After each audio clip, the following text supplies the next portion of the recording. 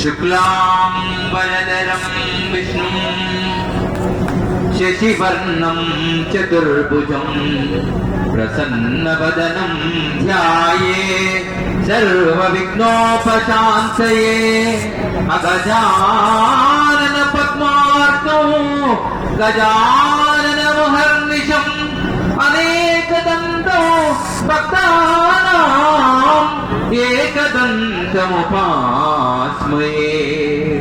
गुरुर्ब्रह्मं गुरुर्विष्णुं गुरुर्देवो महेश्वर गुरु साक्षात् परब्रह्मं तस्मै श्री गुरवे नमः।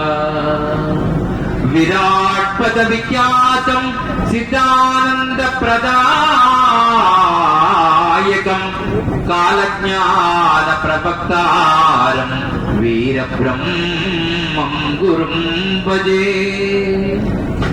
समस्त సనాతన సారథులందరికీ మరియు మహామండలేశ్వరులుగా ఈ మధ్య మహాకుంభమేళలో వారిని ఎన్నుకున్నటువంటి ఆ యొక్క మహంతులందరికీ కూడా పాదాభివందనం చేస్తూ శ్రీ సిద్ధేశ్వరి మహారాజు గారికి 1108 పీఠాలకు అధిపతిగా వారిని మహాకుంభమేళలో నిర్ణయించారు.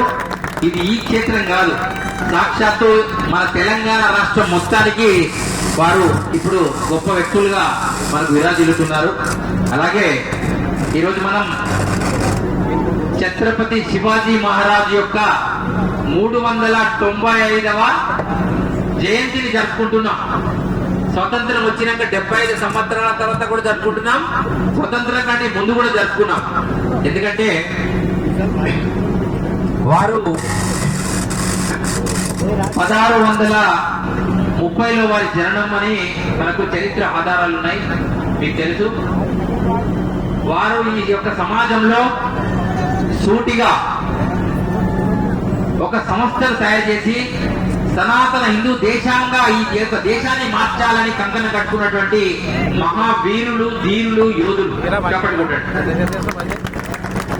అటువంటి యోధులు పుట్టినటువంటి ఈ దేశంలో